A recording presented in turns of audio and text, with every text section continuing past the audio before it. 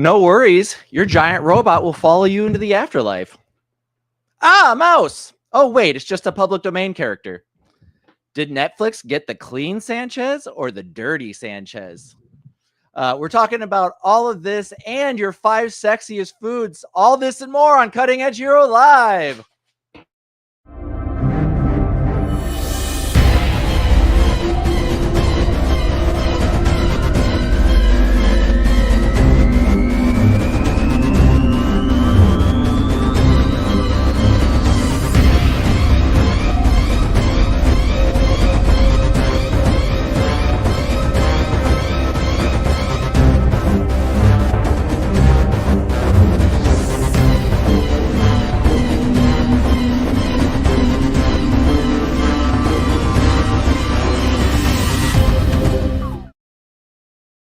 Welcome to Cutting Edge Hero! I am the Nerd King, Danny Stewart. Super happy to be here with you this week. We are starting a tad later than usual. I apologize, everyone. It's my fault. Landon, don't Landon. You didn't do it. It's me. I did it. It's okay. Calm down. It's going to be all right. It was my fault. We are starting late, but I'm glad we're here with you this week as we are every week. As always, I am joined by the incredible Landon Felter. Landon, say hi to the nice people. Hello, everyone. This week, we are talking about some of the news that has come out. We're also talking about we're talking about the Daredevil Born Again trailer. We are also going to be talking about the finale for Skeleton Crew and our 5 sexiest foods. So get your list together now. But before we do all of that, Landon, what's the nerdiest thing you did this week? Honestly, the nerdiest thing I did, I took a nostalgia trip to Newgrounds. Okay. Have you ever been on Newgrounds? Did all the Flash? No. It's an old Flash game site. Their slogan was everything by everyone.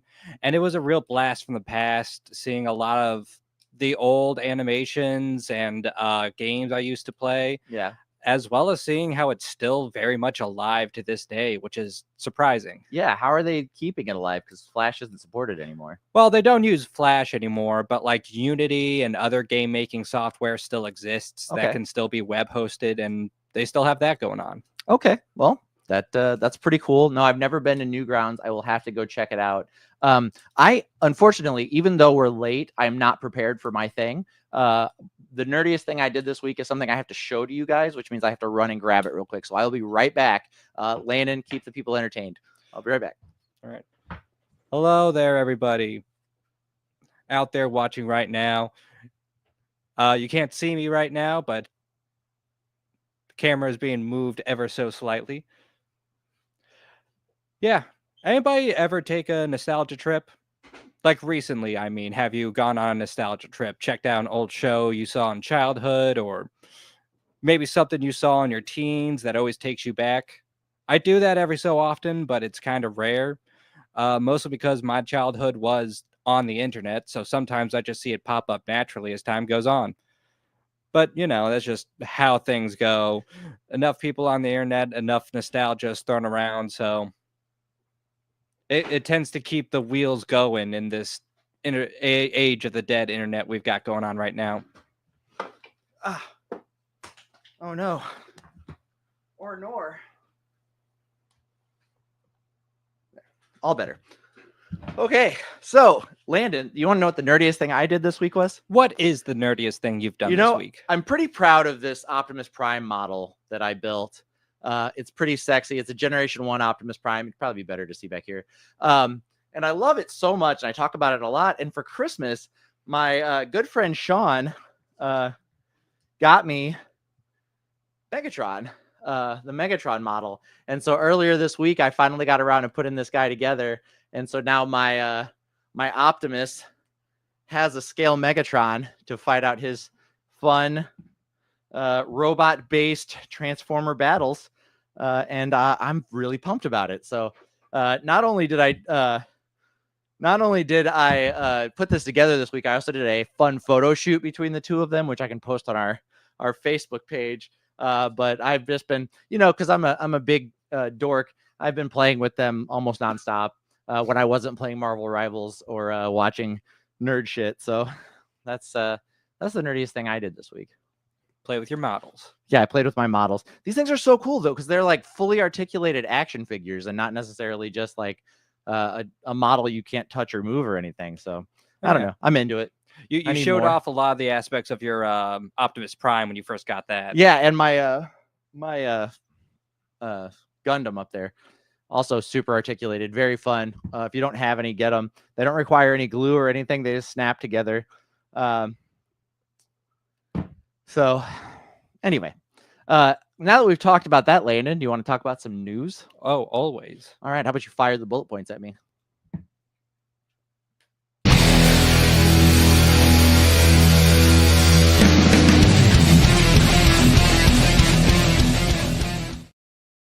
Welcome to the bullet points. So this week we got a little bit of news. It's been a slow news week, but the I don't know if you guys have seen it, but in anime news, the glue is the best part. Billy likes huffing model glue. Well, you don't need any for this guy at all. It did have one part that it was like recommended you glue it together, but I thought it was pretty sturdy, so I didn't. Since when do I follow rules? So anyway, he may fall apart, but it's Megatron, so it's like that's for the best, right? Yeah. Wouldn't want a too structurally sound Megatron. Anyway, moving along, this last week, one of the most popular manga of the last couple of years has gotten its first episode of its new anime dropped, and it was Red Ranger becomes an adventurer in another world. Are you familiar with this, Landon? I am not. No. So this is an isekai, which are you familiar with that? I am familiar with that. Okay. For those who are not, an isekai is an anime where a person dies and then is resurrected in another world, typically a fantasy world or like a feudal Japan style world. But usually there's a magic system. It's a little D&D. But anyway, so in this story, the Red Ranger, leader of the Power Rangers, dies fighting the big bad and is instantly resurrected in a medieval world with a magic system that is like Dungeons and Dragons. And he has his full Power Rangers powers with the Morpher. And one of the cool things that we got to see, which had not been unveiled yet, but in the first episode, he actually summoned the Megazord from his world, and we have the image of that. So in the anime, this one Power Ranger has the ability to not only summon his own Zord, but all of the Zords and create the Megazord to fight against enemies in this world. And it's kind of nuts. And the show is so fun. So just like every isekai out there, he becomes overpowered immediately. Yes, he is immediately overpowered, and everybody underestimates him because he wears tight red spandex to fight monsters. But one of the fun things that the series does, and it was, a part of the manga as well, is that when he transforms or does anything with his powers, a giant explosion goes off behind him or with the monsters when he destroys them, just as it does in the Power Rangers series. And it's hilarious because people comment on it in the show. They can see it, and it happens like he's in somebody's house and he defeats a giant robot, or no, he's in their house and he transforms into his Red Ranger form and a giant explosion goes off behind him. And apparently later in the series he used it in the manga, is he used that explosion from his transformations to damage enemies and defeat villains, which is just a fun twist on the Power Rangers mythos. And I don't know, I'm looking forward to it. It seems like it's a lot of fun.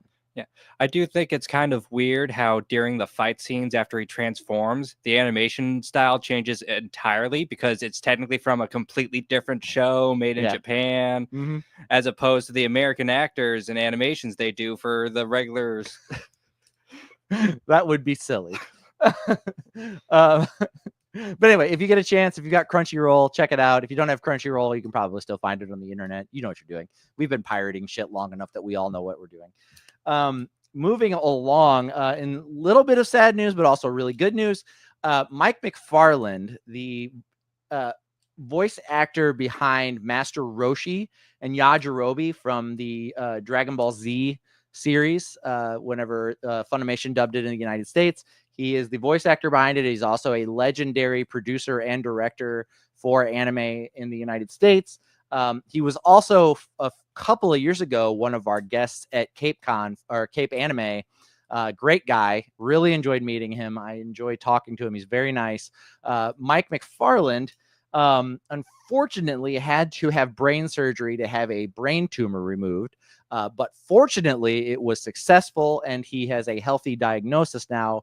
But also, unfortunately, recovering from this means that he cannot take care of himself and needs somebody to do so. So, that being said, our upcoming Cape Anime guest, Michael J. Tatum and Brandon McInnes, both famous voice actors, got together and started a GoFundMe for Mike McFarland to help with his care. So if you would like to help, you can go to this GoFundMe to support Mike McFarland's road to recovery, to get him aftercare post his brain surgery so that we can get the man back on his feet so that he can back to producing and directing great anime. Yeah, it looks like it's going well. And unfortunately, if he was a Japanese voice actor, he would just have to, get some of his millions and from being a voice actor, and he'd be fine. But since he's an American voice actor, he probably makes $50,000 a year doing it. And, obviously that means he's not a crazy wealthy human being. So because America doesn't value anime voice actors as well as Japan does. I don't think we value very many voice actors, period. It's valid. It's really valid. It's true. But anyway, so please, if you are able to help and you want to help, please go to the GoFundMe, donate to help Mike McFarland. He's a great guy. Highly recommend. Well, Japan has healthcare too. Yes, that's also true.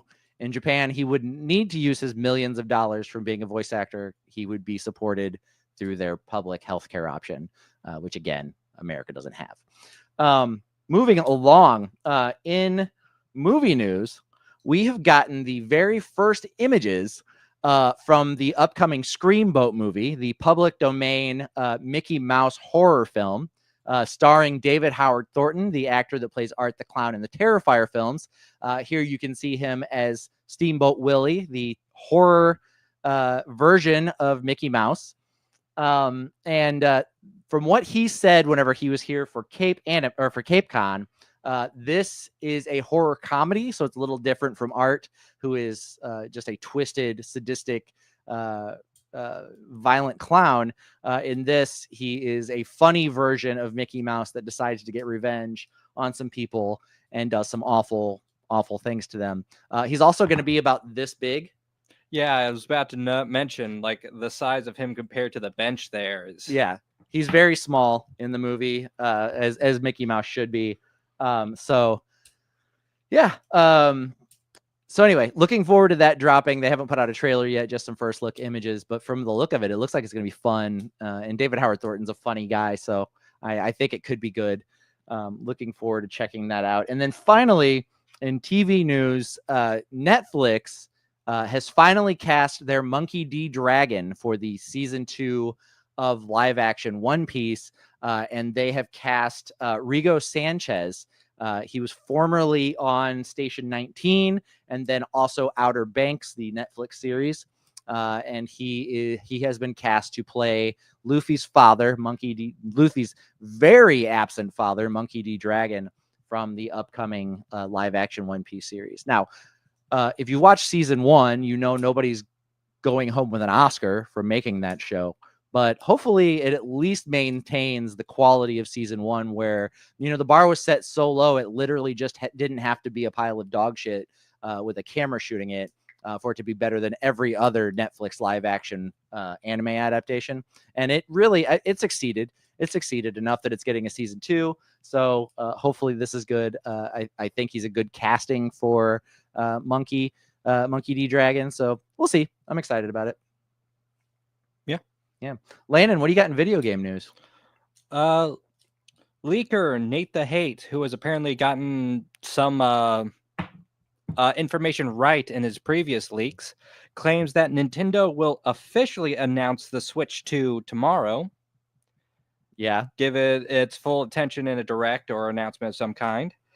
but also that Microsoft may be planning to move Halo to the PlayStation and Switch consoles. Really? Yes. So they're developing a new Halo that will be coming to PlayStation and Switch, as well as the back catalog, or just the back catalog? I am not too sure. I would imagine they would throw a couple of the back catalog up immediately, as well as announce maybe their next game also coming out on these consoles. Okay.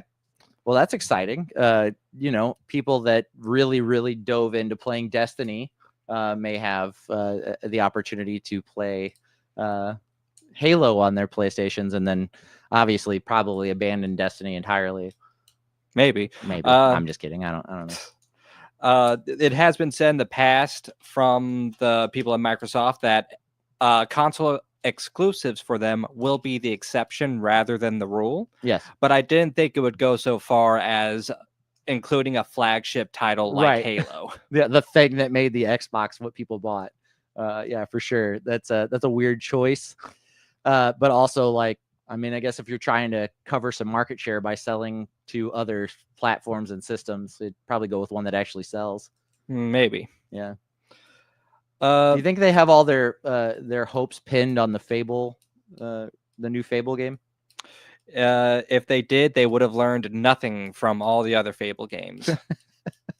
Because they are good games, but Peter Molyneux still working on the Fable games? That is a great question. I don't know the answer to. You know what? I probably should have checked that, but I didn't know we were talking about Fable today. It's okay. It's okay. But like, these games are known for a lot of hype and not meeting expectations. Still being good games, just not reaching the point where they brag about. You know, they've really, I mean, the visuals for this new one seems like they've really pulled out all the stops to make it a fun Fable game that people will be talking about, and that the quality seems to be pretty high. But that was also true of all the other ones. Yes. Yeah.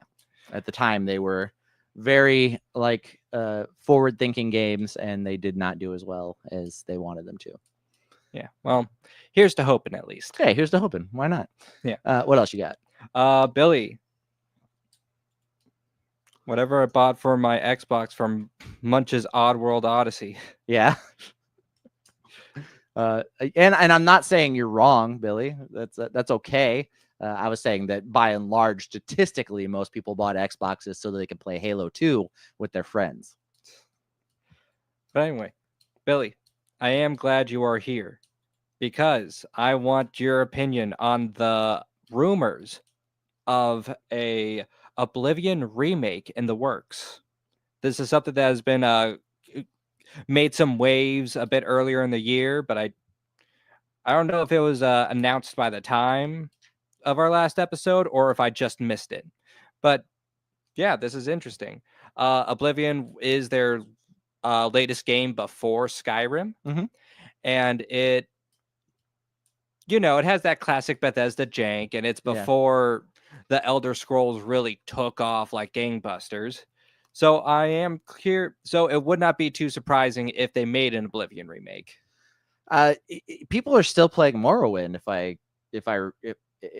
I believe they've ported it over. They're still playing on like PC and stuff. Oh, and Oblivion still has between the two, so there's still definitely space for it. And God, a graphically updated and re-released Oblivion would probably just like sell like crazy. I mean, I imagine they wouldn't be putting it at like full price. Well, you think it'll be a full like $80 release game? If it's like a remaster, maybe it may be a little cheaper. But if it's like a full remake, then they're definitely going to make it a full price game. Okay. They have learned that they can re-release Skyrim 11 times. But they don't change anything. So like, they know full well if they do update Oblivion, they can charge full price for it. And I'm not talking like $60 full price. I'm talking like the newer, more common $70 price. Yeah, or like $120 if you want the like statue that comes with it, plus the like guidebook, all of the production imagery, and the whatever the hell else they sell with it. Exactly. Billy Rhodes, I hope they redo the game mechanics to be more like Skyrim. Leveling was pretty awkward in Bethesda games from the era. Yeah, I kind of hope they hit like a happy middle ground between the two. Uh, I am a big fan of like the skill system and everything, but leveling, but like making the game easier by just simply not leveling up was a thing that I really didn't like, even though I abused that system like crazy.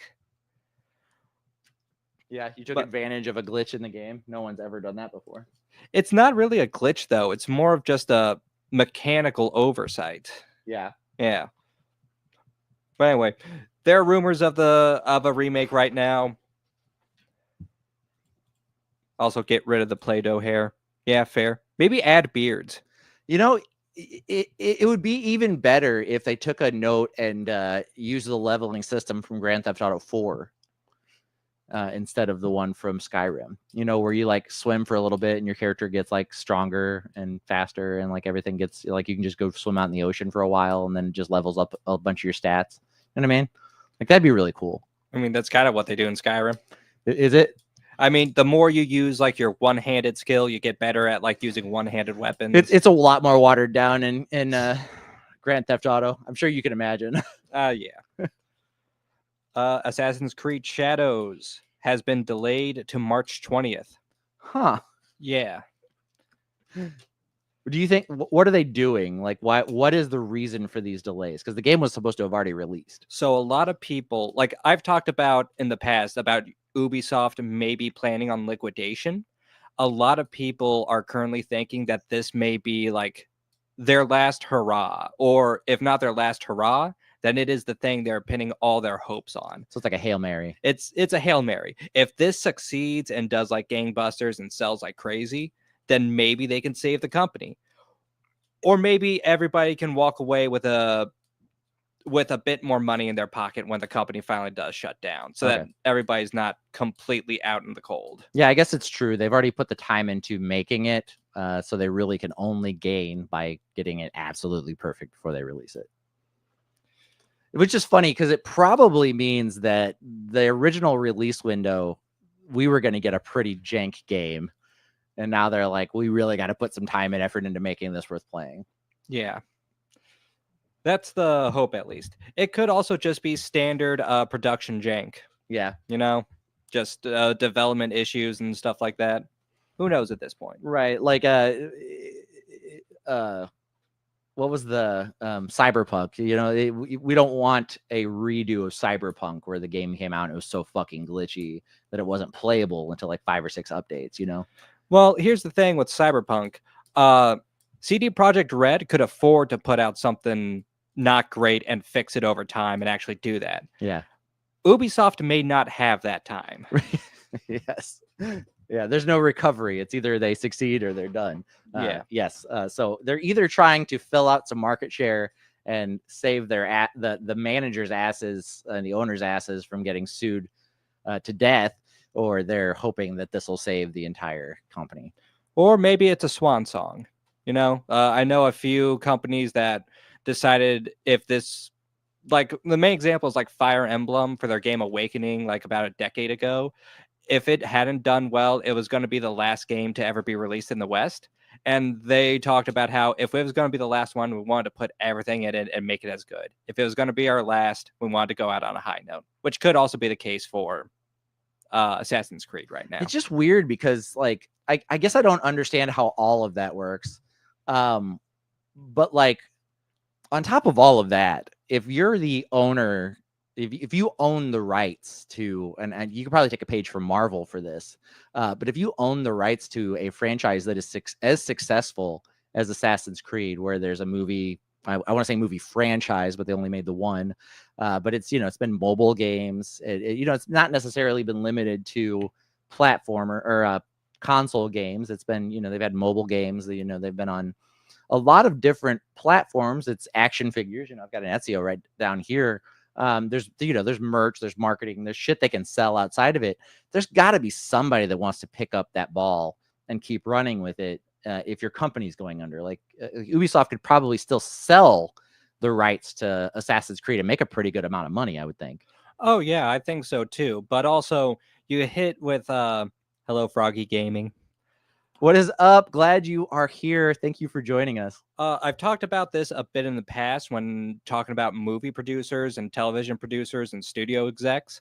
Um, a lot of them are not willing to sell the rights to a franchise simply because if the people who they sell it to make it successful, they don't want their name attached to the person who let that go. Like that's honest to God why some series are never going to see the light of day because because certain people will just not let it go as a way to besmirch like their name, may it be for professional reasons or just straight up pride. Yeah. And there may be a similar exec somewhere in Ubisoft that just will refuse to let Assassin's Creed go if it means like they're the ones who has to attach their name to It's going failure. somewhere else and Yeah. somebody else doing it bigger and better than them, you know? Yeah. Yeah, I have to admit that's why I mentioned Marvel. You know, they sold off the movie rights to most of their most popular characters to Fox and to Sony and Universal in an effort to save Marvel Comics from going under when they were filing for bankruptcy. And then they were able to turn that whole situation around and come out of bankruptcy. And now they, you know, Disney has to buy these other companies in order for them to get their movie rights back because they're successful and you know, successful enough that they're still characters worth holding on to, and so they're not going to give the rights back to them. And I imagine it's kind of similar to that. Like, what if there's a GameStop type situation where somebody decides to save Ubisoft, or they get overnight get some sort of sensationalized success, and then they've sold Assassin's Creed off. So yeah, I can see where maybe they don't want to do that. Yeah. And you know, it could be like the higher up see it as, well, we can let the company go under, the rest of us go on like rebuild our lives. A lot of people get like severance packages or whatever, and then we keep our pride. Other people can easily find work because it's Ubisoft. You know, you got your name attached to some pretty big games. Yeah. And it's like putting that you were a Best Buy manager on, or a Circuit City manager on your resume. You say you want to be interested in talking to the people who made the Assassin's Creed games? No, I'm saying that, like, if Ubisoft goes under, you can put that you were the producer / director / creator / something on one of the Assassin's Creed games or any of the Ubisoft properties, and there's no one around to check that against. So when Circuit City went out of business, when Blockbuster went out of business, people were putting on their resumes that they were a manager for Blockbusters with X amount of years worth of experience. And so whenever they would apply for jobs with it, there was no one to check against. When Circuit City went out of business, people were listing that they'd had these long, successful careers with Circuit City, and they were getting new jobs based on it when they had no experience whatsoever. It was a workaround for that, like, just out of college and they want 10 years of experience. They were listing corporations that had gone under as their experience, and there was no one to say no, that never happened. Yeah, I guess I see what you're saying, but just like Billy says here, the games have credits. Yes, this is accurate, but are you going to sit and buy? Are you going to go out and buy the game and then get through the end to get to the credits, or just play? I know a lot of them let you just play the credits, but I'm just saying in this scenario, you think somebody's going to put in that kind of work?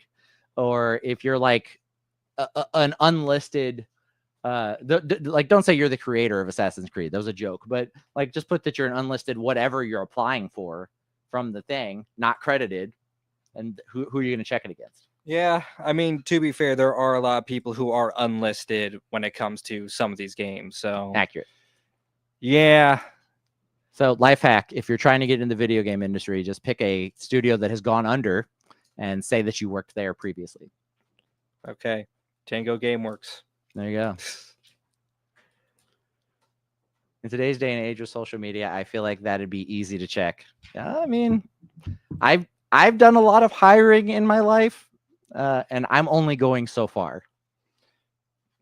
Yeah, and I've actually posed as the manager for other friends when they were applying for jobs, and had them list me as their boss, even though I had never been that person's boss. And they'd call me and I'd be like, oh yeah, they're great. They're a great employee. Always showed up on time, very dedicated, worked awesome. We hated to see it go, and get people hired that way. You ever just lie through your teeth from one of those guys? Usually it's a person that never actually worked under me, but I know them well enough. And I would just say, yeah, they were employed with me, and they were great. Yeah. Yeah.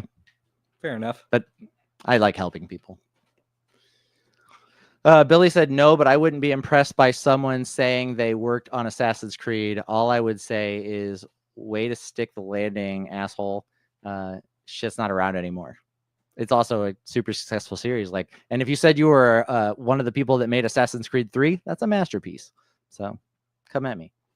Yeah, I'm sorry that the person who did some programming wasn't enough to save the game that thousands of people worked on, including marketing and promotion and whatever financial decisions were made up top. Yeah. Yes, exactly. Anyway, what else you got, Landon? All right, last story. Tencent. Are you aware of Tencent? I'm not aware of Tencent. Is that they are the people that own 40% of Epic Games, like 93% of Riot Games, the people behind League of Legends, 45% of Snapchat. They own a lot of different tech companies, and especially gaming companies. They have been declared a Chinese military power, or a Chinese military, what's the wording? Firm, by the Department of Defense. Okay.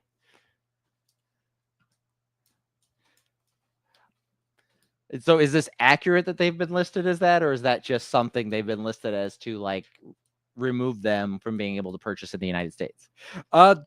They claim, their statement is that we are not a military company, and they plan on suing the DoD if not removed from the blacklist. So I assume this is a move to try to slow their advancement of claiming like American companies and stuff.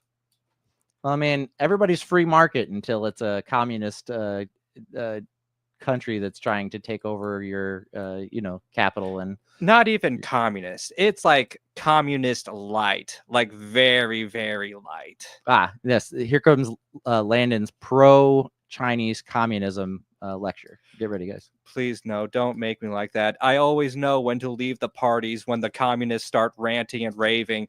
I know too much about the difference between Maoism and Marxism because I just didn't get out of the parties fast enough. Please do not label me like that. I'm begging you, please. Hey, Cutting Edge Hero, we get political here sometimes. Also, it's really easy to criticize communism, but you don't have an actual example of any communist country that's ever really existed. It's almost always some form of dictatorship posing as communism. So anyway, Marble said, I used to work for a company that did pre-employment background checks. Usually we would just ask for a reference they worked with. That's what I'm saying. Wow, that's nice to know. Everybody's doing the bare minimum. Nobody's like, let me sit down and do like a deep dive on your background. Your background check is like, did you work with this guy? How were they? Great. It's a lot of stress for when you're filling out an application. It's a lot of stress for something that nobody's really going to look at. Yeah. Billy said, hey, it's a cutthroat industry, talking about the video game industry. And Froggy Gaming said they own Discord too, don't they? I actually don't know. They might. Actually, Froggy Gaming, if you would verify that, let us know. They seem to have their fingers in a lot of pies. Billy said, does China have healthcare? I'd be willing to at least hear them out. They do. I don't know if they have like a socialized healthcare system in China. Possibly, like, we're one of the United States is one of the only civilized countries that doesn't. But they also have such poor working conditions and so little representation for their employees that they also have to put suicide nets between their high rises to keep their employees from killing themselves on their lunch break. So, I mean, Tomato, tomato. You know, it's 6 in one and half dozen in the other. Yeah. Froggy Gaming said, while Discord Inc. is based in San Francisco, Tempest, China, Tencent, China, owns Discord, most likely at a majority stake. So, yes. Yeah. So, yeah, they've been declared a military firm. I don't know what the deal with that is. Like I said, it could just be an attempt to like slow them down because they do buy like stakes in various companies here and there, sometimes majority, sometimes partial ownership. And yeah. It seems to me, based on this information and what we've learned from like social media, Billy, dude, not every building needs us.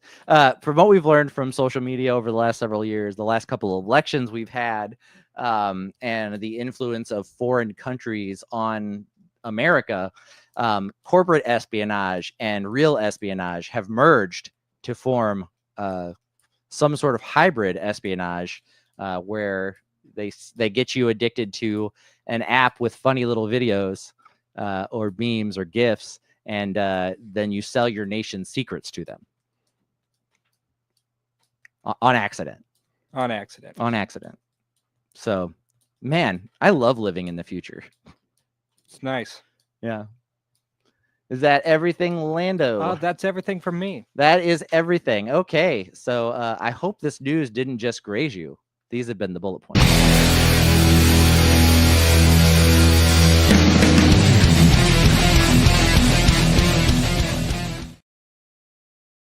Welcome back to the show. We're going to do these next two pieces pretty quickly and then get through our 5 sexiest food lists. We started pretty late, so I'm going to wrap this up pretty quickly. The trailer for Daredevil Born Again finally dropped. We've gotten a full trailer now, as opposed to the little peeks that we've gotten from the MCU and from Disney Plus. It looks great. We get an on-screen appearance of John Bernthal as the Punisher. We see what is his name? Vincent D'Onofrio back as the Kingpin. We see Charlie Cox as Daredevil, and in the full red suit, which we haven't really gotten to see a full glimpse of the red suit for the new Disney Plus series. That's exciting. We also see the several different masks, a silver one, the yellow one he wore on She-Hulk, a black one, and the standard red mask from the original Netflix series. We also get a very good look at Muse, the new villain for this season. He's a serial killer from the Marvel Comics. He looks incredible, very comic accurate. Excited about that. We got Karen Page back. We got Foggy Nelson back. There are some rumors that we're going to see Kristen Ritter back as Jessica Jones, that Mike Coulter is coming back as Luke Cage, and hopefully, fingers crossed, there's a new Iron Fist and it won't be Finn Jones. Maybe they'll have Colleen Wing back instead. But also there's a rumor that Finn Jones may be reprising his role as Danny Rand, the Iron Fist. I hope that's not the case, but maybe. But it looks good. I'm excited for the show to drop. We're a few weeks out from getting it, and I think it's going to be awesome. I think they finally have an episode count of about 18 episodes. It's all dropping on Disney Plus. They're going to do a few episodes at their release, and then a new episode every week. But I'm excited. It looks violent. It looks hectic. It looks dirty. It looks like everything I want out of every Daredevil thing I've ever gotten. Yeah. Are you a fan of the Netflix series previously? I've seen a few episodes, but I haven't really watched a whole lot. Got to check it out. It looks good. I'm excited. There's been some hiccups in the MCU side of the Marvel properties. They've gotten some decent movies out, what would have been incredible movies 15 years ago, as far as getting a comic book movie, but against the initial phase 1, 2, and 3 standards, they're not as good, with the exception of She-Hulk, which was awesome. But hopefully this delivers. I'm very excited about it. And then moving along from there, we got the season finale of Skeleton Crew. I don't imagine we're going to get a season 2 of Skeleton Crew. It kind of wraps the whole story. It's very much Goonies. Goonies meets Treasure Island, but in space. They characterized it as, John Nwid was the Long John Silver of the story. He's just a bad dude who wants bad things, and he's trying to get this treasure from this hidden planet of at Aten. And we got some lightsaber action. Finally, he did some battle with it. He wasn't great. He's not a trained Jedi. He is actually a person that was raised by a fallen Jedi that survived Order 66, which was pretty cool. We got some fighter jets. Not fighter jets. The X-wing showed up. There was some air battle, some air combat. It was a good time. The pirates were fun.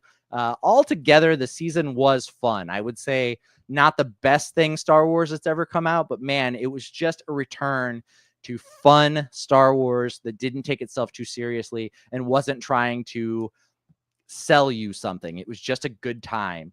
I know this takes place around the time of The Mandalorian. I don't know if we'll see any of these characters crossing over into the next Mandalorian movie and the seasons that are coming, but we will see. I know we're getting Ahsoka season 2. They finally cast I forget his name. He's the guy that played the Hound in Game of Thrones. He is taking over as Baylan Skoll after Ray Stevenson passed. So we know that character's coming back. So that's exciting. But yeah, Skeleton Crew's good. If you get a chance, check it out. If you love just fun stories that take place in space and people have a good time, it's a good one. I would say get on that. Let's see. What did that say? I liked the girl with the Geordie LaForge face. Yes, B8. Is that her name? B8? No. Anyway, KB. KB was fun. Yeah, she apparently at some point her family, she had some kind of accident, and she like almost died. And in order to save her, they replaced parts of her body with cybernetic implants, and the visor is part of how her brain communicates with the rest of the implants. It was pretty cool. And yeah, that was a little Geordie LaForge. Not a big deal. But yeah, it was that was a fun character. I enjoyed her. I liked all the kids. They did a really good job casting the kids. They were good actors. I at no point was I like, man, this kid sucks at acting. And I was just like, man, these characters exist and they're living in this world. So again, definitely better than Jake Lloyd in Phantom Menace, if I just had to compare them to another child actor. But yeah, Skeleton Crew's a blast. Very few criticisms. It was just, like I said last week, just a very safe show. The kids are never in any real danger. They're going to survive to the end of it. There was no like impending doom for the children. They're not going to murder them off. They did for a second in the finale make it look like KB had like crashed a spaceship and died, but like with the arc of the series, I was like, yeah, she's not dead, and she wasn't. So anyway. Check it out if you got time, if you're interested. If you're not, I mean, whatever, man. You don't like good shows, that's on you. But that was kind of all I had. Did you get a chance to watch any Skeleton Crew? No, I haven't watched any Skeleton Crew. Fantastic. So they did in the, I think, 3rd episode make some weird space mush that they all ended up eating. And that wasn't a sexy food. But for the hit list this week, we are talking about our 5 sexiest foods.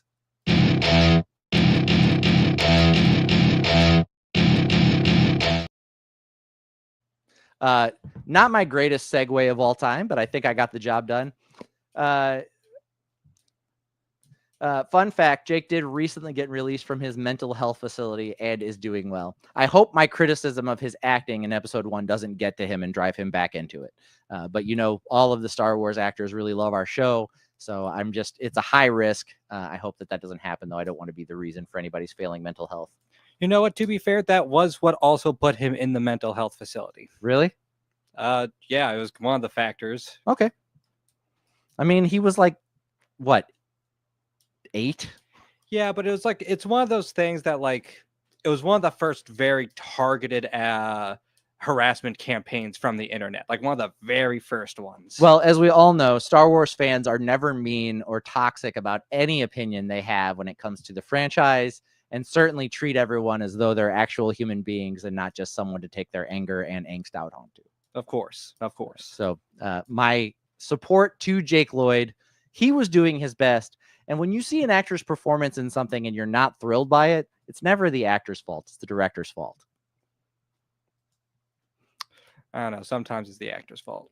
Sometimes the actor just don't give a shit. I'm trying to save someone here, Landon. Anyway, this week we are talking our 5 sexiest foods. Go ahead and throw your number 5s in the list, are on the chat so we can read them after we get done with Landon's. What is your number 5? All right.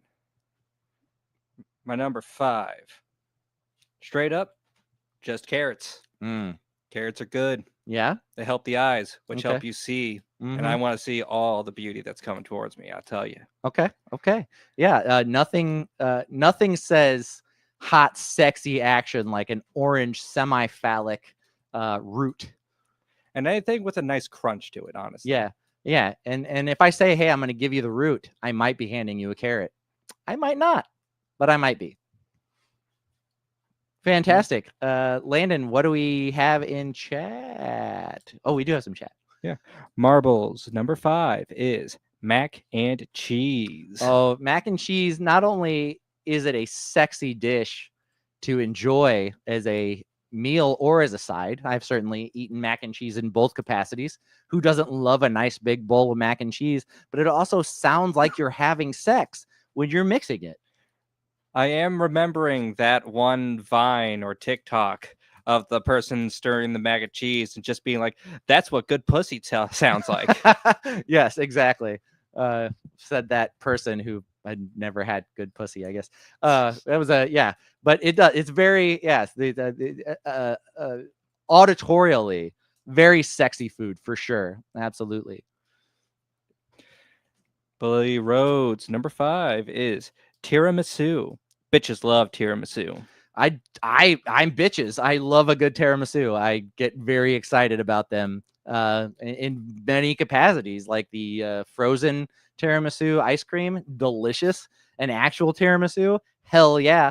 The tiramisu that they serve at the Chinese buffet, that I'm not sure what the hell it actually is. It had to have been cheap to begin with, so I'm not sure what I'm eating. Delicious. Due to my time at an Italian restaurant, I always associate tiramisu with fancy eating. So if I'm having it, I'm like, oh, I'm being wined and dined right now. Oh, you're a fancy boy. Hell yeah. Landon's a fancy boy. Okay. I like it. My number 5, Landon, is perhaps one of the sexiest round objects you can fit in your mouth. And that is a chocolate chip cookie. A good chocolate chip cookie is like sex for me. It is my favorite cookie in all existence. And some people say, like, Danny, don't you think that choice is a little vanilla? And to that I say, fuck you. There's nothing vanilla about a chocolate chip cookie. Chocolate's literally in the name, you idiot. And secondly, fuck yeah, chocolate chip cookies all day. I will eat a chocolate chip cookie for breakfast, for lunch, for dinner, as a post-bed snack. And some people have sex so good that they have to smoke a cigarette afterwards. I have sex so good I have to eat a chocolate chip cookie afterwards. I'm just happy to hear you get the crumbs in the bed after, not before. Or during. Who doesn't love mixing intimacy and food? I know I do. Yeah. Do you prefer crunchy or chewy? I like a mix of both. I like crunchy edges with a chewy center. Know what I'm saying? Also, marbles, you're going to be getting a lot more examples of what to use on me here in a little bit. And I can tell you from personal experience, Landon is very seducible. Very. I'm easy. Yeah. Yeah, that dude puts out. Anyway, Landon, what do you have as number 4? My number 4 is soup. Gonna disagree with you on this one, but go ahead, give me your reasons. Yeah, soup is good. Specifically, all right. If I am sick, this might be my where he changes me over to loving soup. Let's go. And I need heavy eye contact bring for me this. a bowl of soup, right? Okay. You're getting head. If I could breathe out of my nose, it'll be that day. If I can't, it'll be later. But either way, You deserve it. Straight up. Uh, You have taken care of me in my time of need. You're This getting doesn't- ahead. this doesn't change my opinion on soup. I still don't want it, but knowing that giving it anyway, I'm just saying I'd still make soup. I don't want to eat it, but I'll make it. Soup sluts unite. Yeah, marbles. What'd Billy say? Oh, soup? Are you trying to seduce an old Jewish man? Billy, Or marbles. this is me, all right? It's about what I like. And I am an old man on the inside. I've been old since I've been 3.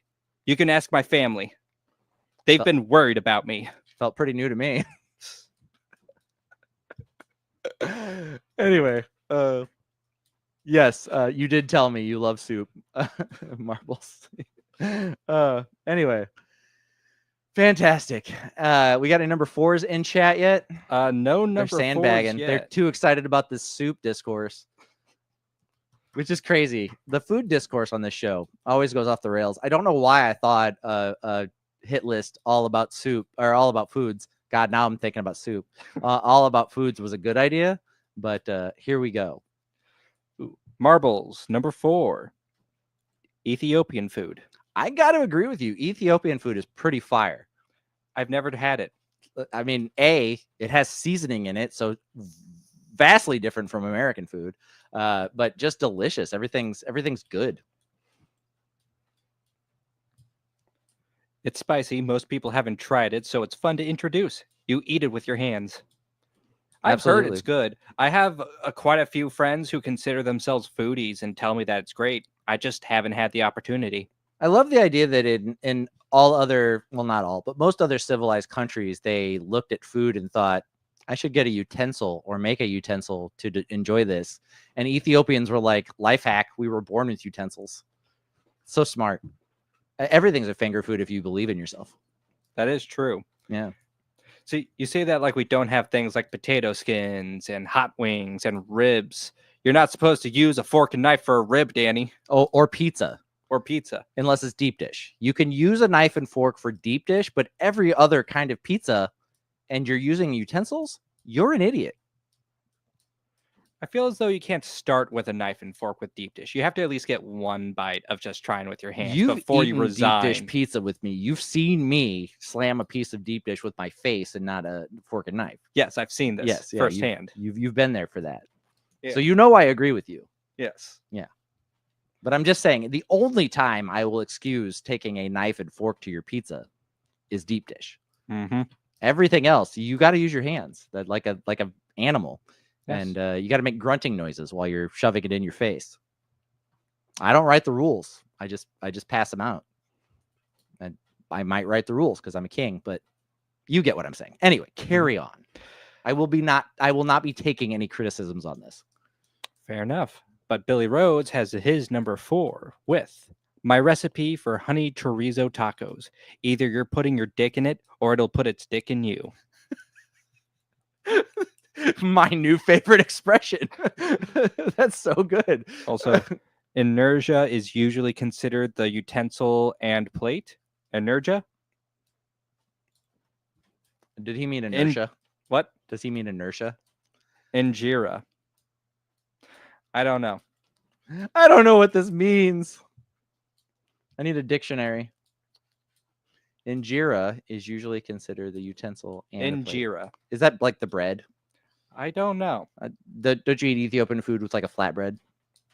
I really can't say. Once again, never It's even the had it. pancake. So yes, it is a flatbread. It's the pancake. Nailed it. I'm so cultured. My number 4 is the finest wet material. I'm trying to make this sexy. Is the finest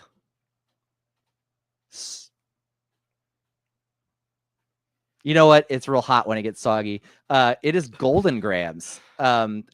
Golden Graham cereal, the greatest cereal to have ever been introduced to man in my book, and I will fight you about this. There's nothing sexier than a bowl of Golden Grams, and there's nothing that says, hey buddy, great job last night, like a fresh bowl of Golden Grams in bed. Kellogg is rolling around in his grave right now. Yeah. And when you're done with your Golden Grams, you can dip your chocolate chip cookies in the cereal milk. Life hack. See, here's the thing. I normally associate cereals with getting high now and not necessarily with sex. Yeah. And it's funny, the two different sides here. Yeah. And I think a nice bowl of Golden Grams is a great morning after treat for yourself. You know, you put in the work, you've earned it. And also Marbles, you're my friend and I care about you. So please don't take this personally. Fuck Cinnamon Toast Crunch. It's garbage. What is wrong with you? It literally turns your cereal milk into sandpaper. Do you enjoy grainy cereal milk? I don't know anyone that does. What are you, some kind of psychopath? Get help. Okay? Cinnamon Toast Crunch is garbage. It's the dumbest cereal in existence. It can go straight to hell. And the creators could go straight to hell. And the company that makes it can go straight to hell. Get out of my face with that Cinnamon Toast Crunch shit. Why do you eat so slow? You're asking the wrong question. The reason that my cereal milk and my cereal gets so soggy isn't because I eat too slow. I'm a very fast eater. Landon can also attest to that. But I don't make a normal size bowl of cereal ever. It's giant. I make a giant mixing bowl size bowl of cereal if I'm going to have cereal. And that way, by the time I am done wolfing down this giant bowl of cereal, there's some soggy cereal in there because I'm a soggy cereal guy. Yeah, you struck me as the kind of person who gets like, you know, those big margarine containers? You just fill that with cereal and milk. Marble says, neither do I. Okay, we'll have to have a cereal off. It's a cereal eating competition between me and you. That's all I'm saying. And you can have your disgusting, grainy Cinnamon Toast Crunch cereal milk afterwards, and I'll have my delicious, smooth, velvety Golden Graham cereal milk afterwards, and my life will still be better than yours because I enjoyed something good and elegant and amazing and perfect and, dare I say, sexy compared to what is effectively coal miner's dust on some crunchy bread pieces in, you know, regular milk. I don't know. I can't criticize the milk. Milk's awesome. Billy, I agree with you. Cheerios are good. I love Cheerios. I do love a good Cheerio. I also like Raisin Bran. Neither of those are better than Golden Grams. You almost got me, Marbles. I almost said Cinnamon Toast Crunch. Yes, see, we've got some Golden Grams fanboys in the chat. Free Golden Grams t-shirts for you guys. Marbles, I'll get you a bag of sand from the beach to remind you of your Cinnamon Toast Crunch. But anyway, that is my number 4. Landon, what do you have for number 3? My number 3 right here. All right. Deontay the Giant is in the chat as well. Yes. Sorry, move along. Hi, Deontay. My number 3. Gnocchi. Some good gnocchi. Not a lot of Italian foods, I think, really fit on this list because they're just so heavy. You don't want to move after you have a lot of them. Right. But gnocchi is normally served in such small proportions that it's filling without being too much, at least in my experience. And also just Italian food's just so good. You get that, it's nice and soft. You fill up, you're energized. You have the fuel to move and groove and do everything you want to do for the night. Yeah, you got a carb load. Definitely the next day, you're good to go. I get stuck on that, and maybe it's just because I'm stupid, but is it gnocchi or gnocchi? It's gnocchi. Right? But like, it looks like it should be gnocchi. And then you talk to my partner Joey, and they're like, it's pronounced gnocchi. Oh yeah, remind me not to bring this up in front of Joey. Then I put up with a lot of their Italian American bullshit. Yeah. I draw the line at gnocchi because it's not nyat, it's not gnome, it is nat gnome gnocchi. Yeah, what is that, like the Norse pronunciation? Is it cousin to Molnar? Is it gnocchi? You know what I'm saying? Like, yeah, those Italians in the Norse, so close together. Get it together, Joey. Get it together. Also, we got some comments popped up there. I didn't get to read them. Deontay, what up, guys? Finally home from work and have that hate that I missed the first half. It's okay, buddy. You can always rewatch it. You know, come over. We'll watch it together. Marble said I'm cooking too much gnocchi. Sorry. Look, I never learn. And Froggy Gaming said a delightful Italian food is those rice balls. Absolutely yummy. What are those called? Risotto balls. So is that what we're talking about? Yes. Yeah, hell yeah. Great option. Arancini. I don't know. I would guess Arancini. It's okay. I'm not Italian. So it's all good. Oh, those are probably the rice balls. All right. What do we got for number 3s in the chat? All right. Billy Rhodes, number 3 is Maddie Matheson's recipe for lasagna. He promises you'll at least get a blowjob. Between the offers for delivering soup and then if this recipe also works out for that, it's looking to be a pretty good year for me. Now I'm just trying to imagine having soup and lasagna for the same meal. And that just sounds like a lot. Well, yeah, it's a lot of blowjobs.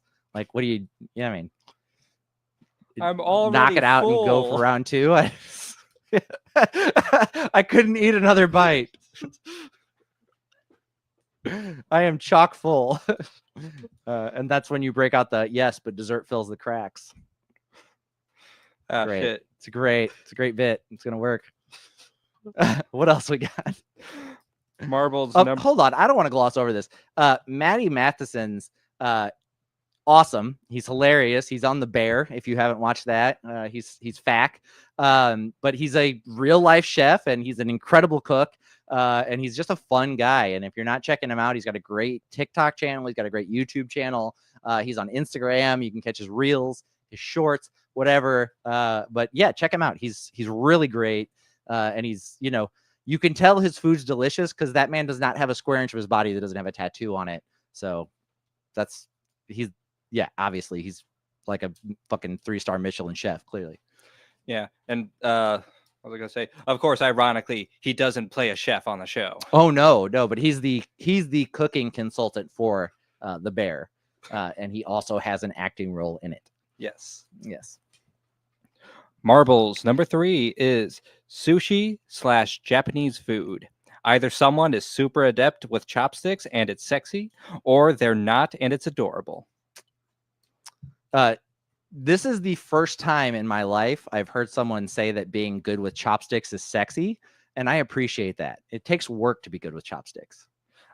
People are impressed whenever I pull them out, or they call me a tryhard, which is not something I haven't been called since high school. So, and I say the fact that you put /Japanese food makes it okay, but traditionally sushi is a finger food and should not be eaten with chopsticks. It's actually a faux pas to use chopsticks on your sushi. Traditionally, you use it for noodles and other things, but the sushi you're supposed to eat with your fingers. Well, there is a lot of non-traditional sushi out there that if you ate it with your fingers, it would get so messy. Absolutely, and I think that is the exception to the rule. Like a deep fried sushi roll covered in sauce, you're good to go with the chopsticks on that one. But something that just has the external seaweed wrap and no sauces over the top of it, that's a finger food. You should not be using your chopsticks on it. Okay, good to know. Yeah, learned something today. Yes. And Deontay for a 3 with 1. His number 5 is birria tacos. His number 4, homemade potato soup. Hell yeah. Soup sluts unite. You bring that to Landon, he will all over you. Oh, straight up. Once again, Deontay, I don't know if you're here for this. If you bring me soup while I'm sick, you're getting head. All right? And number 3, smash burgers with bacon jam. What was the last one? Smash burgers with bacon onion jam? Yes. Oh my God, I love a bacon onion jam. I love bacon onion jam. I mean, get inside me, please. Rick said, no wonder I get so many awkward looks. Did he have a previous comment to that? No. Okay.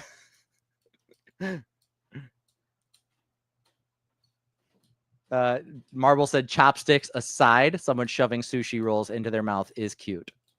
Not the way I do it. It's disgusting. I unhinge my jaw like a snake. I'm just kidding. I'm sure it's cute. I don't know. I've never seen myself eat. I wouldn't want to. I would be as emotionally scarred as everyone else in the restaurant. I feel as though whenever we finally do one of those challenge meals together and somebody records it, I don't know if you're going to want to watch or not. Yeah. For reference, we did a food challenge on a previous show before Cutting Edge Hero, and we've done a couple of them actually. But we did the hot wing challenge at Buffalo Wild Wings, and I finished. It's 10 hot wings with their hottest sauce, and you eat them as fast as you can, and they time you. Even though there's no official record book, because what the fuck? But I ate 10 hot wings in 1 minute and 38 seconds. I'm a fast eater. Hell yeah. And I hate hot food, so that was regrettable, but I did it. Well, you got to eat those fast, otherwise you're not going to be able to finish them. They're hot. I don't mind spicy food, but like ghost pepper or reaper pepper, like fuck that. We did the one chip challenge here too, and it was awful. I hated it. Anything that's just heat for the sake of heat is disgusting. Yeah, totally. I totally agree. I don't mind spice, but it's got to have a good flavor. Yeah, like the bomb from Hot Ones, that is just straight Tabasco sauce, and it was nasty. Yeah. What else we got? That's it from chat. Oh, yep. Let's see. What was the? Yeah, and I need bacon onion jam inside of me. I need just a like quart jar of it near me at all times. Exactly. You need Rick. heat. Yes, Rick. Heat and flavor. If you've ever done those, if you haven't done the Packy one chip challenge, full disclosure, they're disgusting. They're dried out. They are stale, and they don't taste good. And they are hot as fuck. Like there's no winning there. There's no reward for sticking that in your mouth. Just regret. They suck. Anyway. Let's see. We are down to my number 3. Yes. This one I enjoy the flavor of. I really, really love them a lot, and I'm not everyone does, and that's okay. Katrina's not a fan, but also, it's a great indicator that you really ruined the hotel sheets the night before, and that is an Andy's Mint. Whenever the housekeeping people at the hotel know, like, we really got to go reset that room, they it sounded like a hate crime or a war crime was happening in there last night. Probably really need to wash those sheets, and Andy's Mint is a great indicator of that. But yes, I love mint chocolate. I love York peppermint patties as well, but I think Andy's Mints are the peak of the mint chocolate options in existence. And I can eat a lot. I can eat, some people might have 1 or 2 Andy's Mints. They might have 5 at most. I have a bag at a time because I can't stop myself. Yeah. It's literally mouth sex for sure. I want to go so far as mouth sex. It's something, if they're around, I'll have them. Yeah. But Andy's Mints are not something I go out of my way to do. It is the casual sex of the mints. For this guy sitting here in this chair, it is a full-on mouthgasm every time. Every time. It's not decent. I couldn't bring a box of Andy's Mints to my kids' daycare, and have one and not look like, they should probably call the police. So I love them. Okay. Landon, how about your hot and steamy number 2? This is the perfect list to be making that joke. My number 2, it's a good old steak dinner with a red wine. Speaking of, as I mentioned before, with the whole wine and dine thing, this is like the epitome of wine and dine for me. You give me a place that serves a nice steak and a nice wine, I'm going to be in the mood for the rest of the night. Let me tell you. Yeah.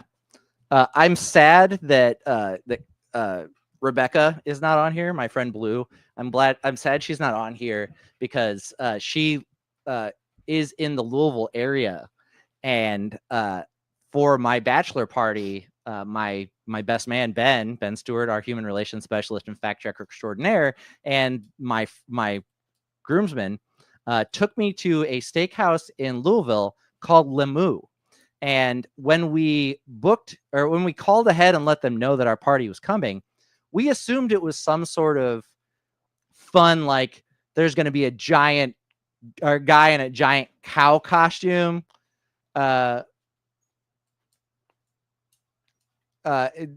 We assumed there would be something fun and kiddish and silly about this place.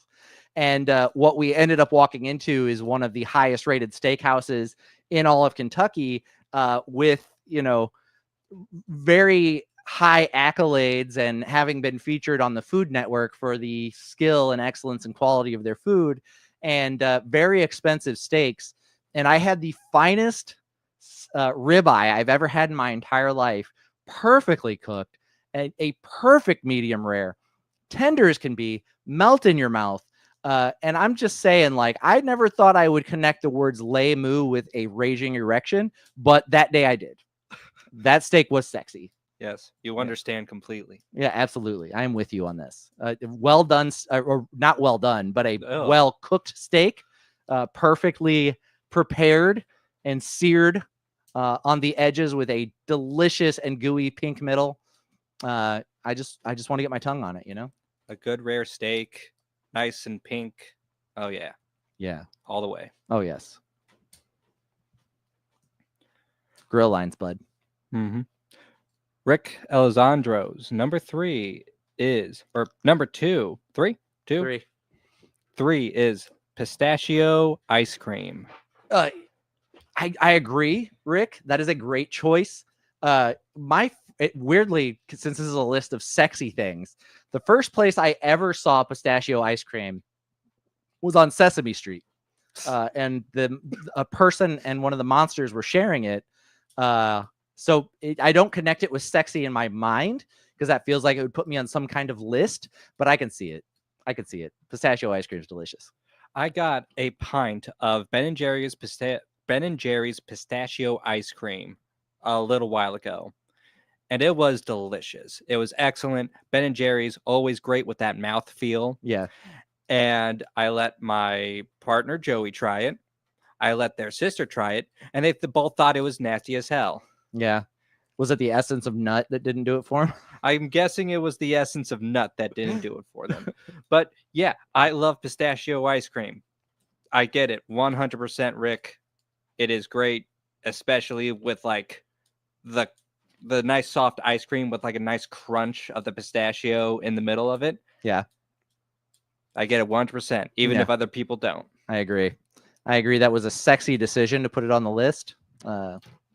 Yeah, sexy mouthfeel. Sexy mouthfeel, exactly. Sexy mouthfeel, just like the Andes mints. Very sexy mouthfeel. What else we got, Landon? Deontay's number 2. It's a tie. Gumbo versus homemade chili, because comfort food reigns supreme. Very similar to foods that are too spicy with no flavor. I feel like gumbo runs the gamut. Like, you get some delicious gumbos that have some heat to them, and you get some delicious gumbos that aren't that hot. They don't have to be burn your asshole hot to be good. Mm-hmm. But then you also get some gumbo that is burn your asshole hot and doesn't taste good, has no flavor to it. You know what I mean? I can't say I do. All the gumbo I've ever had, which is my family's gumbo, has only ever been good. Maybe that's more so just me bragging about my family's cooking skills. Could be. But I've only ever had good gumbo in my life. There's nothing sexier than bragging about your family's cooking skills. Oh, yeah. My dad used to own a restaurant, so his cooking skills are fantastic. Yeah, he's good because restaurant ownership equals being a good cook. He was also the chef there. Okay, well, that changes. He wasn't just owning the place. I know. I agree. That does change my snarky comment into one of ignorance, and I apologize. I hope you guys find apologies sexy. Anyway, but yeah, I've had them both ways. I've had terrible gumbo that was just way too fucking hot. I've also had terrible gumbo that wasn't spicy at all, but I've had great gumbo that was way too hot and great gumbo that was not hot. I just feel like some people's understanding of gumbo really, it's a very broad spectrum, honestly. Yeah. But I could see that. And chili too. Actually, I think that's appropriate that you listed those together because I've seen chili that way too. I've seen people thinking that chili just needs to be so fucking hot, but they don't worry about like putting good flavors in it. It's just spice. And I've seen chili that had no spice whatsoever and was still delicious. Yeah. People just don't understand the difference between should and could put in heat. Yes, absolutely. I do want to enjoy my food and not just be like, Jesus Christ, this is so hot. Why am I eating this? Mm-hmm. What else we got? Marbles number 2 is anything with caramel sauce. That's true for sex too. Caramel sauce makes everything better. Any kind of sauce. Anything you can really drip or drizzle. Yeah. Yeah, it's true. Anything you can just coat another thing in to change its flavor that's edible, obviously, really improves most situations. But I'd say caramel sauce is very high on that list of sauces that improve flavors of things and enjoyment of them. Yeah. That being said, don't insert food items into internal crevices because those things can mold and create infections that you don't want to have to fight off once they're living inside of you. So, you know, be wise about it. You know, if food's meant to go in it, you know, then it's safe. If food is not meant to go in it, maybe wash it first.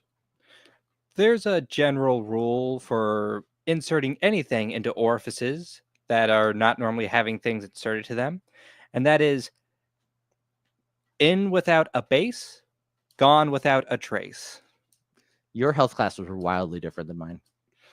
Nah, I learned this on the streets, man. And from experience. Anyway. Fuck yeah, caramel sauce. That's the new t-shirt. Fuck yeah, caramel sauce. Landon, my number 2. Oh, wait, we have Billy Rhodes. Oh, do Billy's then, please. Billy Rhodes, number 2. Olives. With no explanation whatsoever. Billy, why is olives your number 2 sexiest food? What the fuck is going on with olives that you think they're that sexy? You pop them out of the jar. You could feed them to each other. I'm a bartender, and for me, all that olives represent is my free meal in between shifts. I don't inherently find anything sexy about an olive. I'm nonplussed here. I'm not sure where to go with the olive discourse. They're not big enough to put anything in, really.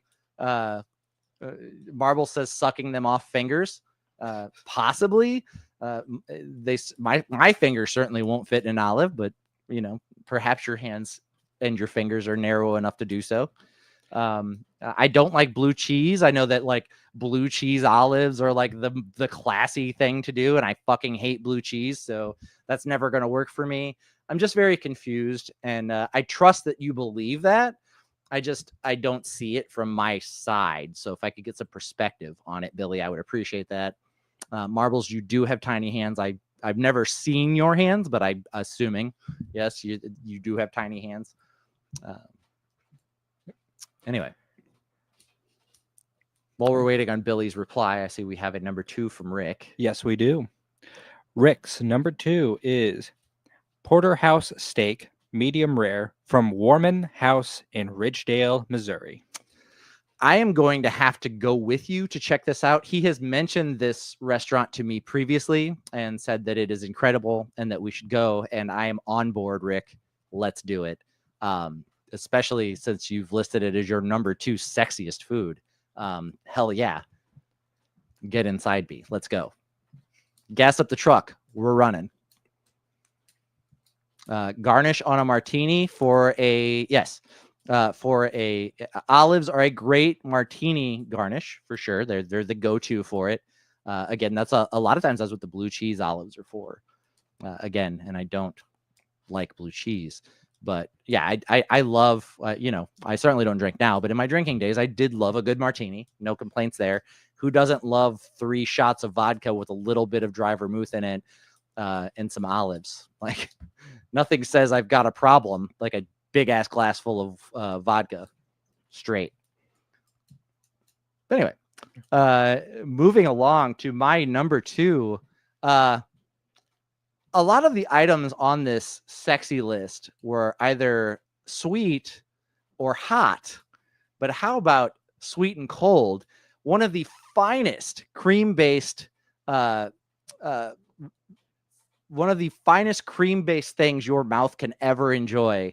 It is the perfect collision of three great flavors in a sweet, cold, creamy body, and that is Neapolitan ice cream.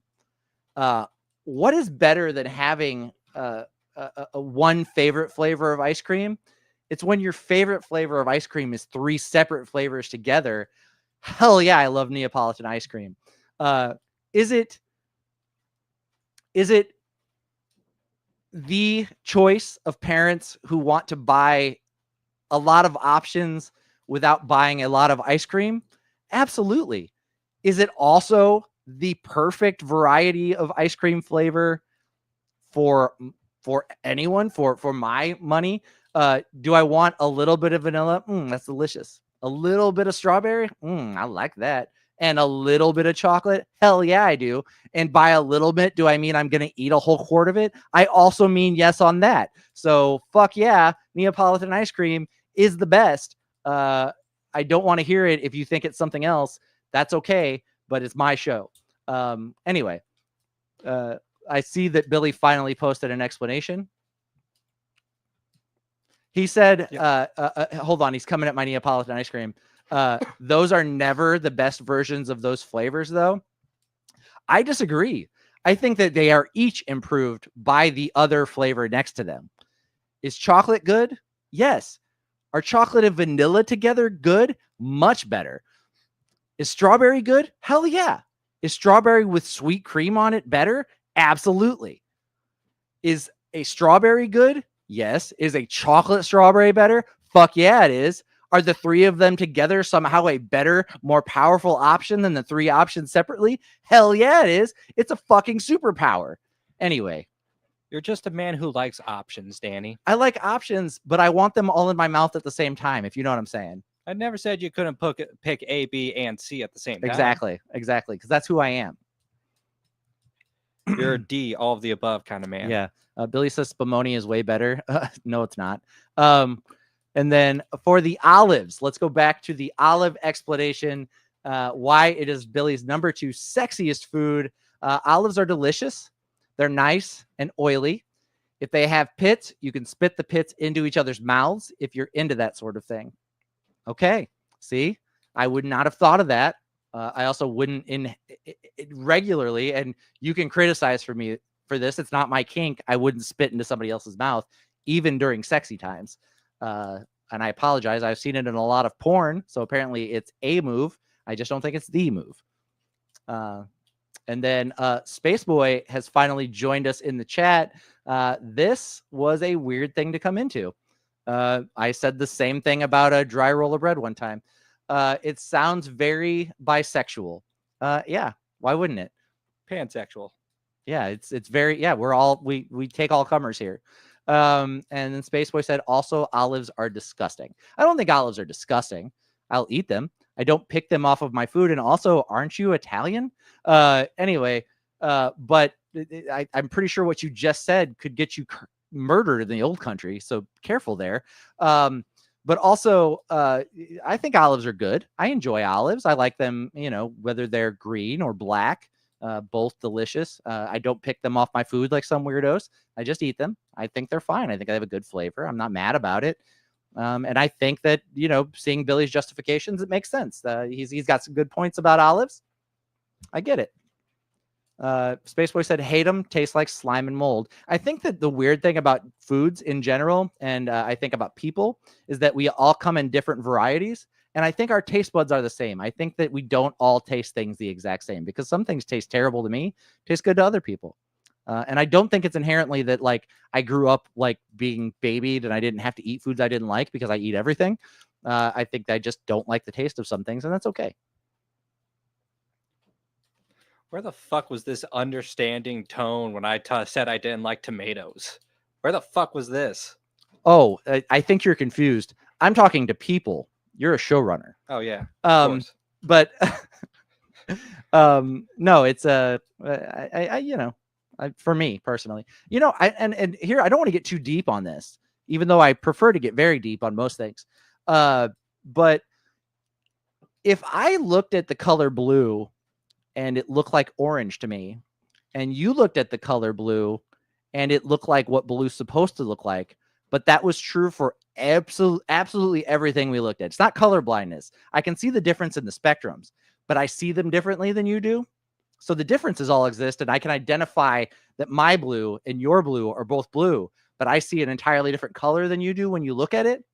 We would still all call them the same color, and there's no way we can verify that we do or do not see things in the exact same shade when we look at them. Even scientifically, like that the receptors in my eyes pick light up at the same frequency that yours do. And so that whenever I'm saying like, I really don't like, here's a great example. I really don't like the color olive green. I think it looks awful. And I don't know that anybody should wear it. And some people look at it and say, that's a really good color. I would like to wear that. It may be because I'm seeing something differently than you are. I could be wrong. I'm not saying that's the case. It's just a theory that I work with. But like taste buds, I don't think that our eyes see everything at the same frequency. Maybe. So anyway, I just established a new branch of science. We can talk about it later. Moving along, I like the color green. Don't have a problem with the color green.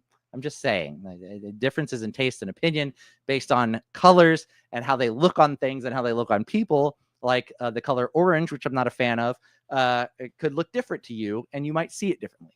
That's all I'm saying.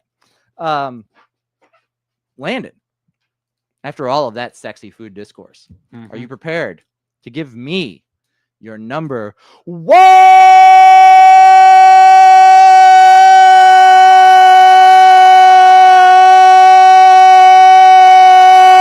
Landon, your number one, please. So my number one, I like it sweet, round, juicy, dripping down my face. It's watermelon. Oh, God. I specifically chose seedless for this image. No particular reason, just thought it'd be interesting to have seedless on the sexy food list. Okay. And it's just good. It's sweet. I love the crunch. I just love the taste. I don't really have much more beyond this, despite it being my number one. Yeah. I had long descriptions, but honestly, watermelon is just good. It gets you in the mood. It normally reminds me of nice summer days when you want to be wearing next to nothing at all. Landon, sometimes you just like things because you like them. Like, there is no logic or reason behind the things you like or love or are into or get you going. Sometimes they just work for you. And you don't want to question it too much, because then you might stop liking it as much as you do. Sometimes it's simply, that does it for me, you know what I'm saying? And I can agree with you on the watermelon. It's definitely a summer treat for me. Very rarely have I come in from a cold winter's day and thought, Jesus, cold outside, give me some fucking watermelon. You know what I mean? Like, it's definitely seasonal for me. Oh, yeah. I used to have a heavy disdain for cantaloupe, the cousin to watermelon, but now I fuck with it. I didn't used to, but I do now. I enjoy cantaloupe as well. Not to you know, edge in on your watermelon choice. Just saying. But yeah, I think watermelon is a great choice, and like some other situations with sexy items, you know, going against what is our inherent want to chase things that are pleasing to look at. My grandpa always said with watermelon, the uglier the better. And you know, you might find that in other situations, is all I'm saying. But a good watermelon, if you really want to enjoy it, you got to pick the ugly one. You always do, especially if it has like one of those big spots where the stem was or where it was sitting on the ground. Yeah, that's a sign that it's a good one. Yeah, if that sucker's like weird shaped and got some spots on the outside of it, and maybe has aged a little longer than the rest of the watermelons in the bin, that's going to be the sweetest one. Oh, always. Yeah, absolutely. always So gets- don't be afraid if it's got a little age on it. Get in there. Get in there. You might like what you find with your watermelon. Is what I'm talking about watermelons, guys. Of course. Yeah. Billy Also, Rowe- one of the standard slang for breasts, nice melons. You know, nice melons. nice melons. I appreciate the check-in, Marbles. Yes, I was still talking about watermelons. Yes. All right. Billy Rhodes, number 1. Hot honey. Poured on fried chicken, fried fish, titties, biscuits, pizza. It's sweet, spicy. Melt some butter in there. Throw a big spoonful of MSG. It's great. I liked where titties fell in that list. Yeah, that was a great choice for wording. Yeah, biscuits, you know, last but not least, for sure. Yeah. A nice honey sriracha. You know, I like sriracha sauce, but the two together, oh, beautiful medley of flavors and heat. I think that perhaps as far as your savory, spicy sauce category, honey sriracha might be at the top for me. And again, something that you can drizzle and put on things. It Sure. falls into that category. And also, again, if food's not supposed to go in there, then during your fun times, wash it off first. Yeah. What other number ones do we have, Landon? Deontay's number 1 is spicy miso or spicy tonkatsu ramen. I'm not a soup guy, but I do love a good spicy ramen. And I think that, you know, ramen being its own category, it's not inherently soup. It's just soupy sometimes. But yeah, and a good ramen, hard to beat. They're so good. Like done traditionally, you know, with the boiled egg on top, all of that, you know, with the all of the, was there something I missed? You're making a face at me. Oh, no. Okay. What you got? Oh, nothing. I was just laughing at myself. Or Okay. laughing to myself about Deontay's comment. So Okay. sorry about that. What did he say? He said, I just had a fantasy of Landon swimming in a pool of watermelon. I imagine it as a shitty Scrooge McDuck parody, and I am just wearing a Speedo. Okay. Nice. That is hot. Watermelon just got increasingly hotter for me. Oh, yeah. But yes, great choice, Deontay. Ramen is awesome. Like a well-made ramen. I don't mind like the cheap microwave ramen, like the soup in a cup or cup of noodles ramen. It's okay in a pinch, but like a real ramen, I mean, it's such a beautiful bouquet of flavors and consistencies. It's good from top to bottom. Good from the top to the bottom. Cannot get it in my mouth fast enough. Certainly not as fast as Marbles, who eats cereal like turning on a fucking shop vac. But you know, we're all different. You know, some people eat much faster than I do, which I will have to see to believe. But yeah, it's you know, ramen's delicious. It is delicious. For sure. Yeah, what else we got? Marbles, number 1. Anything I didn't have to plan / buy / prepare myself, with even a modicum of thoughtfulness. Yes, and to quote myself from last week, no food tastes better than food prepared by somebody else. I love cooking for other people. I hate cooking for myself. And when someone else makes me food, I am the most appreciative. And to add on to Landon's previous statement, if you make me a nice meal, just out of the kindness of your heart and not out of any sort of obligation, and feed me, you're getting head. Yeah, for sure. The quickest way to my heart, through my stomach, for sure. Mm-hmm. And the quickest way in my mouth is also not through my stomach. That'd be weird. Although your belly button was your first mouth. So is that still oral sex? I don't know. What else we got, Landon? Rick Alessandro's number 1 is jalapeno, sesame chicken, and rice with peanuts or cashews. Ooh. You had me at jalapeno. I did not previously enjoy jalapenos as much as I do now, but I really think a jalapeno adds a delicious spice and flavor to almost everything. Whether that be a hot dog or, a sesame chicken and rice with peanuts or cashews. I do like a nice peanut chicken as well. So all good choices. Great number one, Rick. Appreciate you. Mm-hmm. Space Boys, number one is food. I just like to eat. All good has its perfect occasion. During Christmas, I want ham. Thanksgiving is turkey. Summer is watermelon. I like food. Smiley face. If you want to see me do a happy little dance, watch me eat when I'm like really hungry. I always do just a little. This is so good. Love this food. It's tasted great. I might hum a little ditty to myself while I'm eating, and that's just because I love food too. And I'm with you, Space Boy.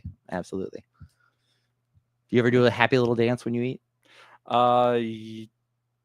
Yeah, I have actually. Like genuinely. That's the move. That's how you know you're enjoying it. Mm-hmm. Yeah. But yeah, that is everything from chat. Everything from chat. So that leaves my number one. And in this one's a no-brainer. I'm surprised it wasn't everyone's number one.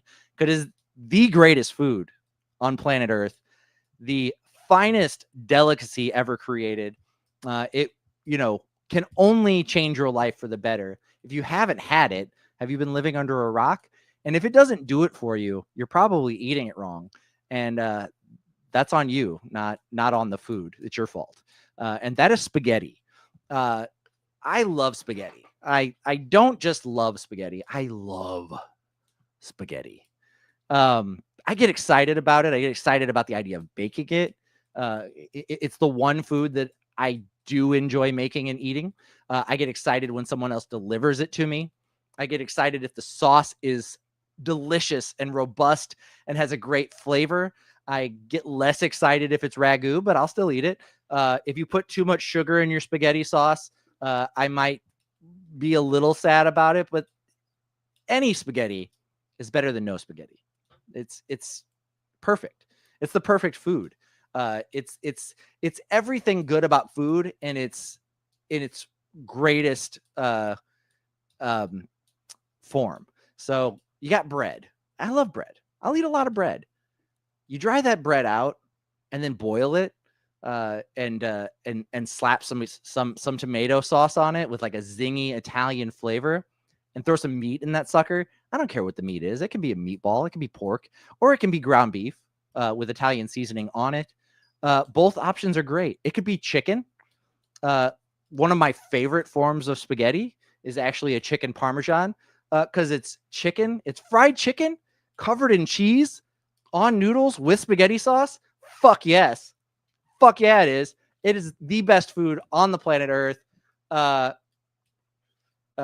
that bread out, Danny. That's not how pasta is made. It absolutely is. Pasta is water, flour, and eggs rolled out, flattened or tubed, or however you want to do it, and cut into small pieces, dried, and then you boil it. That's how you cook the bread.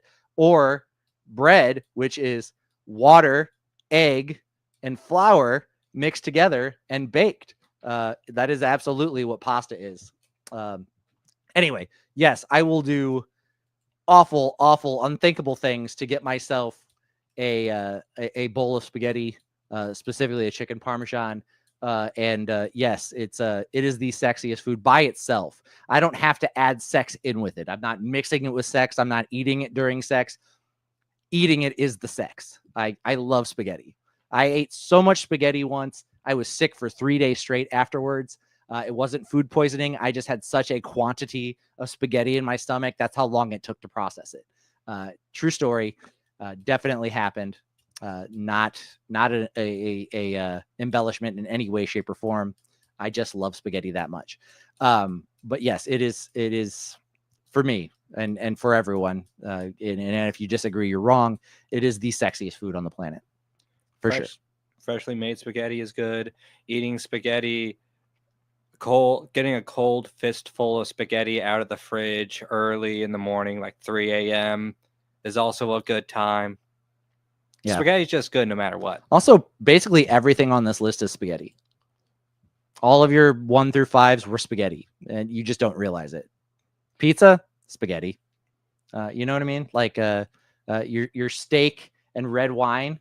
I'm assuming you're going to eat some bread with that. Am I wrong or am I right? You're going to eat some bread with that steak and red wine. Actually, have a little buttered, salad. roll I was and expecting a, nice and a side salad. Who doesn't eat salad with their spaghetti? If you have spaghetti as the main course, do you eat salad on the side? With spaghetti? Yeah. But sometimes if there's like a absolutely. See what I'm saying? That steak with the salad, one of those hot rolls with some honey butter on it, and your red wine. Red wine goes in spaghetti sauce sometimes. You know, the bread, that's your noodles. The meat, your steak, that's the meat in your spaghetti sauce. It's spaghetti. You're eating spaghetti. Every meal is spaghetti. You're just not thinking about it hard enough. I can do that with everything. Pie, spaghetti. Your apple pie, it's an apple spaghetti sauce with the pasta on the outside and the seasonings. It's an apple pie, but it's also spaghetti. It's all spaghetti. It's perfect food. Okay. Anyway, so this has been our hit list for the week. Feel free to talk amongst yourselves about how great spaghetti is. I will certainly be monitoring the whole chat. Our hit list for next week is, let's do, I just because I just saw a stand-up that kind of took this into consideration, so I'm kind of thinking about it. Let's do our 5, I don't know that I would say favorite. Let's do the 5 things, the 5 things that give you the ick the most. Landon, do you know what the ick is? Yeah, it's like makes you cringe and crush up on yourself and go, ugh. It things that's like, ew. Yeah. I don't like that. I don't like that at all. But yes, so we will do the 5 things that give us the ick.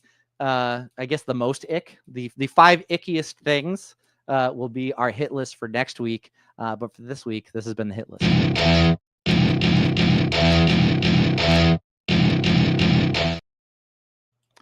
Welcome back to the show. Landon, we still managed to just barely keep it under 2 hours. Great job. We ran, we're very late. It's 9:30. I'm sorry I've kept you all up past your bedtimes. It is a school night. My bad. But you really needed to stick around for the spaghetti conversation, so I'm glad we got there. But yes, the 5 things that give you the most ick, or the ickiest 5 things, however you want to phrase it. We'll figure it out by the time we post it to social media. Anyway, this has been a great show. I'm glad you guys joined us. Thank you for being in the chat. Thank you for your sexy food lists. We always appreciate it. I'm glad you were here. Couldn't do the show without you. Next week, I believe Captain America Brave New World will be out by then, so I should have seen it. So we'll probably be talking about that next week, as well as our 5 ickiest things and all of the latest news out of anime, comics, TV, and movies. But for me, thank you for being here. I appreciate you guys. Landon, do you want to say anything to the nice people? Just like every week, thank you all for coming out, talking in the chat, keeping us company, and just being awesome. Yes. Thank you guys so much. We will see you next week. You've been great. We've been Cutting Edge Hero. See y'all.